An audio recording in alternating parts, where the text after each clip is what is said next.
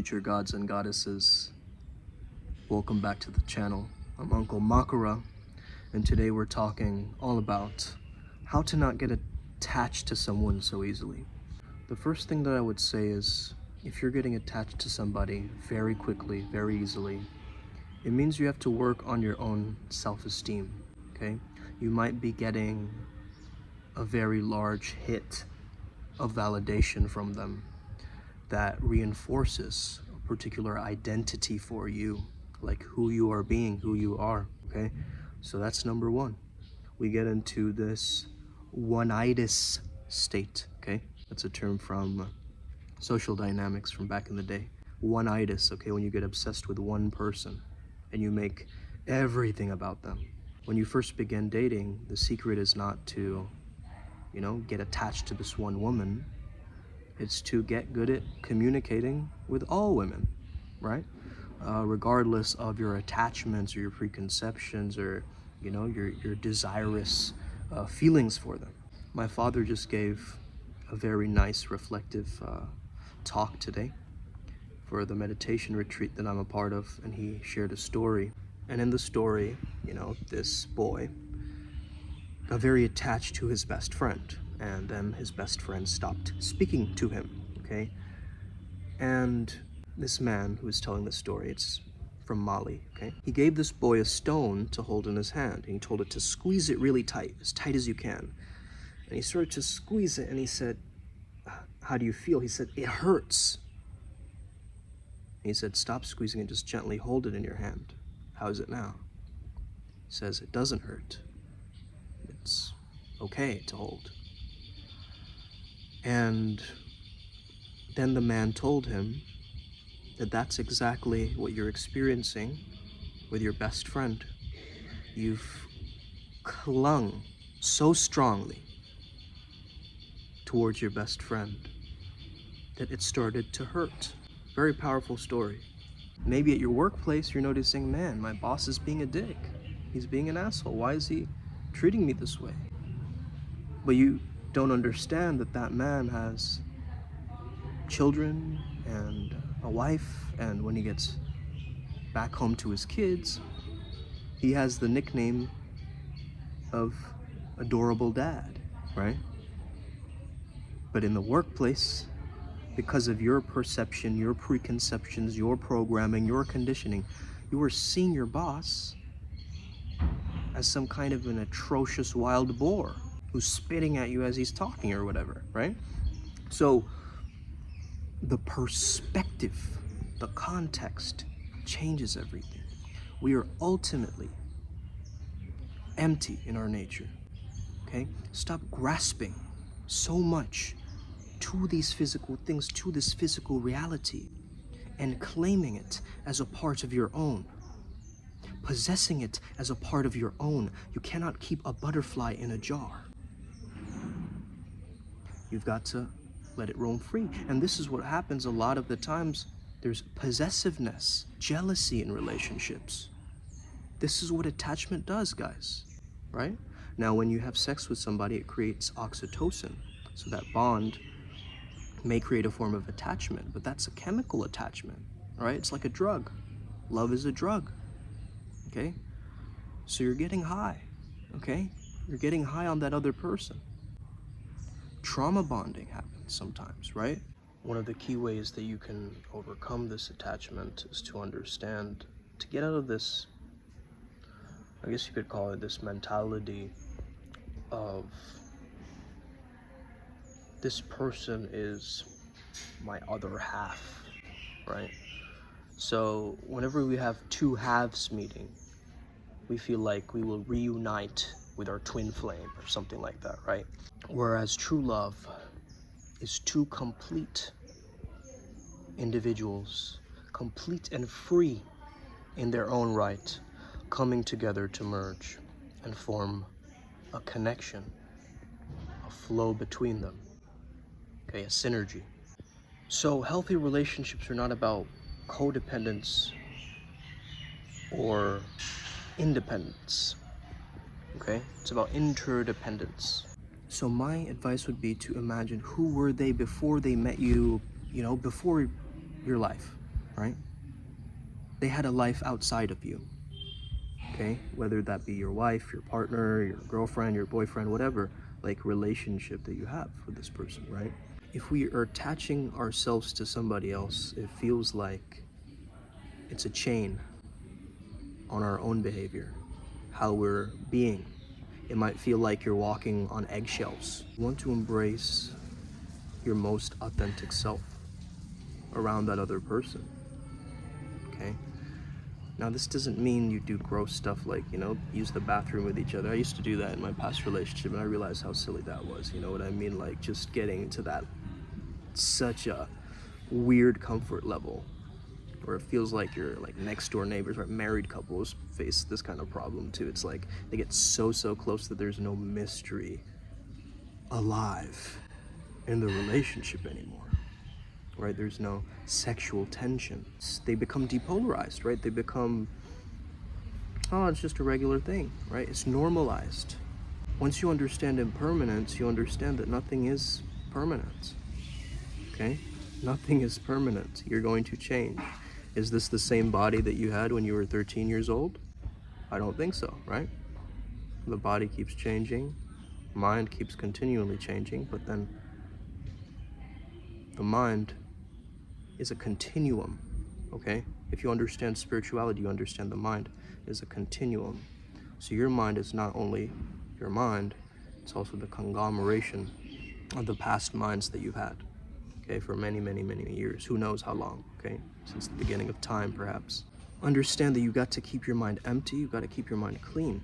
Okay, you can't let all of these ideas and thoughts make you this philosopher, okay? In Tantra, it's not so much about the philosophy, it's about the doingness through the technique, through the method that you achieve the wisdom, right?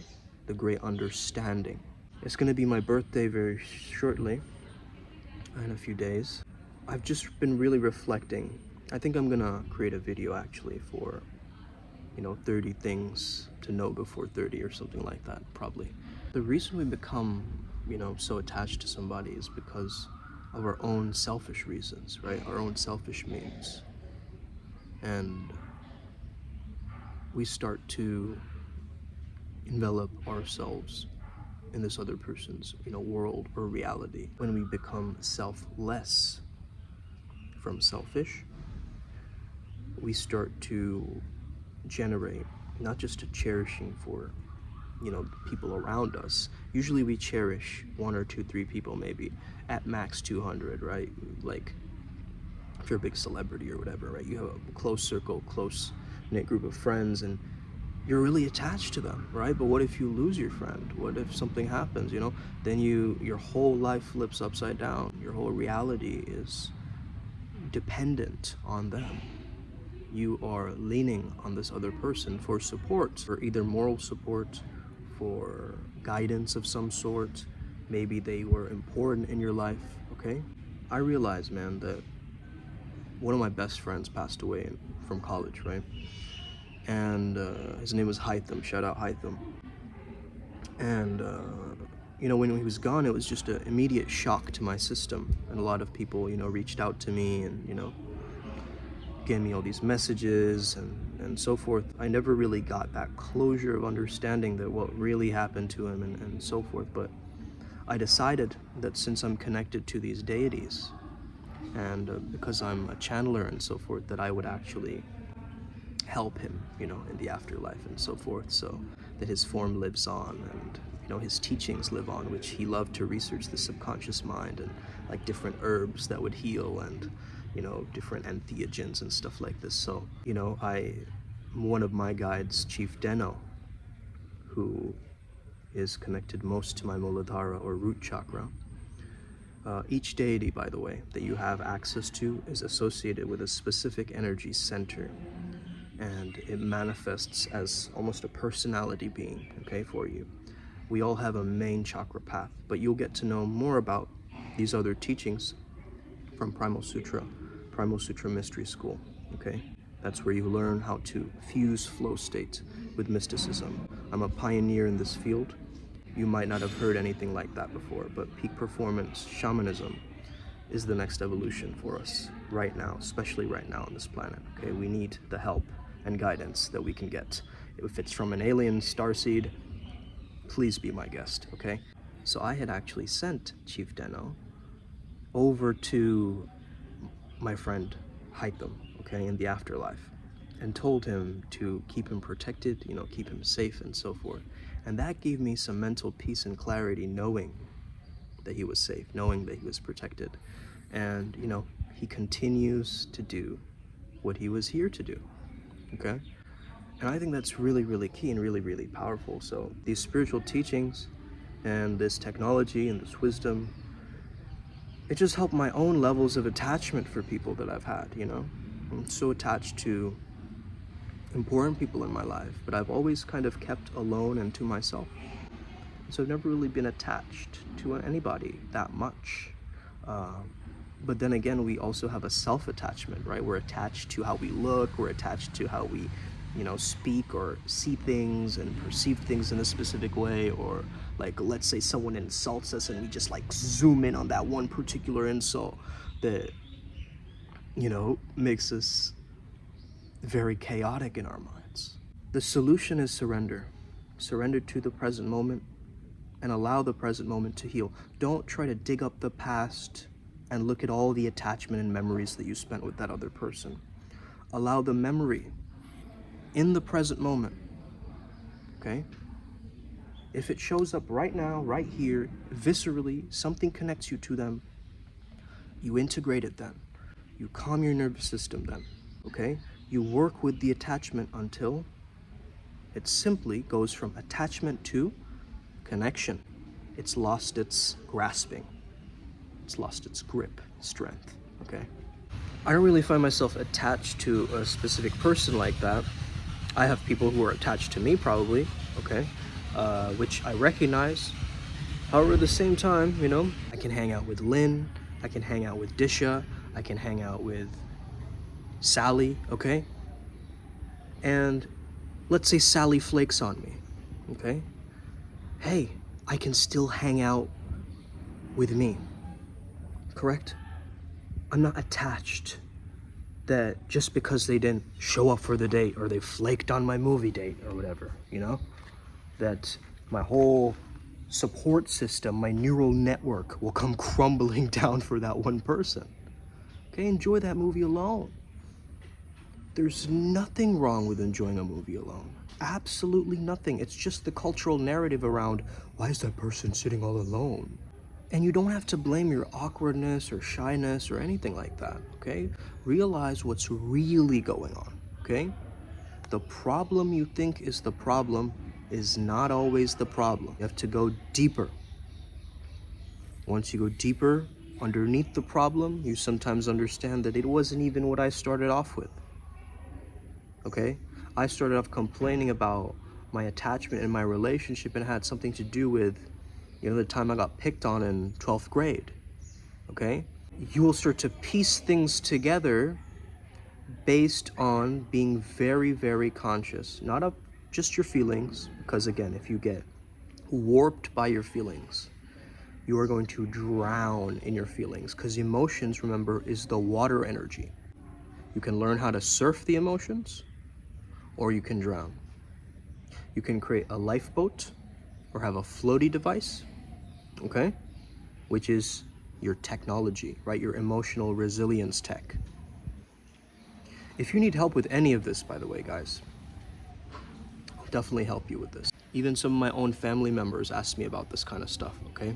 So it's very common. We're all attached, okay? Whether we like to admit it or not, you are probably attached to someone or something, okay? You're watching this video thinking, I can't live without my blank, okay? Say hypothetically. Let's do it hypothetically for people, because I don't know if a lot of people can resonate with this idea or concept because of their, you know, religious dogma, upbringing, and so forth. But imagine you were God, okay? You were God, and you chose this particular incarnation for yourself, okay? And you had the God perspective, the God goggles, the super consciousness, okay, perspective. Would you still be attached to this one person? Or is your mind hallucinating and playing tricks? Okay?